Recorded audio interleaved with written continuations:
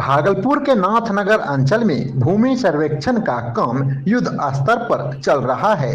वहीं इससे जुड़ी सभी तैयारियां भी कर ली गई है। रैयत ऑनलाइन या ऑफलाइन रूप से प्रपत्र 2 और प्रपत्र 3 जमा कर सकते हैं। वहीं अगर हम दस्तावेजों की बात करेंगे तो पुश्तैनी जमीन के लिए लगान रसीद, जमाबंदी पंजी और खतियान इन फॉर्मों के साथ आवश्यक रूप से जमा कराना होगा। वहीं अगर किसी की खरीदगी जमीन है तो उसके लिए उन्हें अपना रजिस्ट्री दस्तावेज यानी कि केवाला की फोटो कॉपी और लगान रसीद एवं जमाबंदी पंजी फॉर्म के साथ ही देना होगा। इसके अलावे आधार कार्ड की फोटो कॉपी सभी रैयतों को अनिवार्य रूप से फॉर्म के साथ ही जमा कराना होगा। इस संबंध में नाथनगर अंचल की सहायक बंदोबस्त पदाधिकारी अंकिता कुमारी ने सभी लोगों से अपना फॉर्म संपूर्ण दस्तावेजों के साथ जमा करने की अपील की है। उन्होंने कहा कि कोई भी रैयत किसी प्रकार की अफवाह पर ध्यान बिल्कुल ना दें और ना ही किसी कंफ्यूजन में रहें। सभी रैयतों का भूमि सर्वेक्षण का काम निष्पक्ष एवं पारदर्शी रूप से होगा। कातीन भारत के लिए भागलपुर से ब्यूरो रिपोर्ट।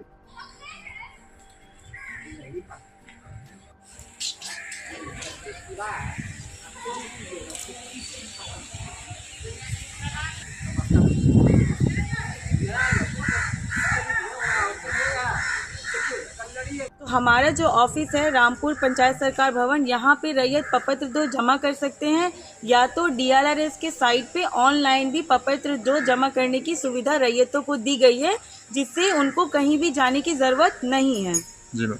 और दस्तावेज जो आपने बताया था केवाला या फिर खतियान, तो क्या होगा उसके साथ संलग्न करना है प्रपत्र 2 के साथ? हाँ, प्रपत्र 2 के साथ आप अपनी ज़मीन का जो भी दस्तावेज है उसका साक्ष्य PDF बना के वो साइट पे अपलोड करेंगे। अगर जो रैयत यहाँ पे देंगे तो उसका फोटो कॉपी प्रमाण के रूप में यहाँ सिविल में जमा करेंगे। और जिन लोगों ने ऑनलाइन कर दिया है फिर करने वाले हैं, तो उनको आने की ज़रूरत है या फिर नहीं? नहीं, उनको यहाँ आने की ज़रूरत नहीं है। जैसे ही वो जो लोग ऑनलाइन सबमिट करेंगे वो हमारे अमीन के लॉगिन में, कानूनगो के लॉगिन में रिफ्लेक्ट होगा कि इतना प्रपत्र 2 कलेक्ट हुआ है उस राजस्व ग्राम का।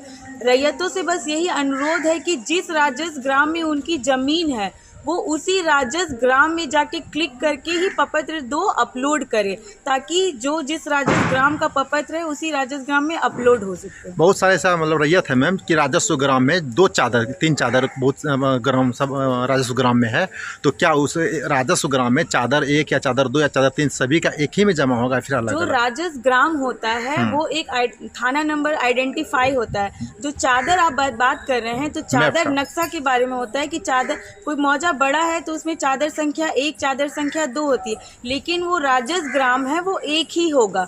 तो जो भी प्रपत्र होगा वो मौजा वार भरा जाएगा। मेरा नाम अंकिता है, हम सहायक बंदोबस्त पदाधिकारी हैं अंचल नाथनगर। ये मेरे विशेष सर्वेक्षण अमीन है इमरूल कैश। मेरा नाम इमरूल कैश है।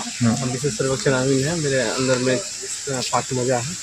कानपुर हो गया। तो रैयत अगर डॉक्यूमेंट ऑनलाइन या फिर ऑफलाइन मोड में अगर जमा कर देते हैं, उसके बाद आपकी क्या प्रक्रिया शुरू आप करने वाले हैं? कितने दिन में शुरू करेंगे? प्रक्रिया अभी से ही चालू है। उसका वेरीफाई होगा। वेरीफाई होने के बाद फिर हम लोग का जो किस्तवार होगा, किस्तवार होने के बाद फिर थानापुरी में उनका कागज़ का जो है याददाश्त लेखन में लिखा जाएगा। याददाश्त लेखन करने के बाद उसको आप कानूनगो महोदय के द्वारा आदेश करवाए जाएंगे। आदेश के बाद उसको फिर ऑनलाइन एंट्री किया जाएगा। यहाँ का कार्य अवधि क्या है, समय क्या है? यहाँ रैयत कितने बजे से कितने बजे तक का काम है उनका? है कि जो भी अभी प्रपत्र 2 भर के जमा करेंगे सिविल कार्यालय में, उसका जांच होगा। प्लस उसका जो हम जब खेत पे जाएंगे तो कांटेक्ट जो नंबर दिया हुआ रहेगा उसके थ्रू उनसे कांटेक्ट करके उनका खेत का भी जांच किया जाएगा। Thank you. फोटो स्टेट है पुरंदा हाँ ठीक है, तो फोटो स्टेट पे करा के दे दीजिए, आगे से दे दीजिएगा, हो जाएगा। अब बंटवारा फिर दोनों भाई करा के दे दीजिएगा, हो जाएगा, कोई दिक्कत नहीं। वो खाते बरसा बनेगी किसका क्या हो? बरसा बनेगी कैसे किसके तक किनके नाम से? रसीद आपके नाम से करता है? नहीं, बाबूजी के नाम से करता है। रसीद किसके नाम से करता है? बाबूजी के नाम से। तब पिता से अपने पर वंशावली बना ले। क्या भाई है आप? 2 भाई है, 3 भाई है, कौन जानता है? हो सकता है भाई आपका दिल्ली बॉम्बे डाला हो भाई है, तो आप नहीं कर रहे हैं।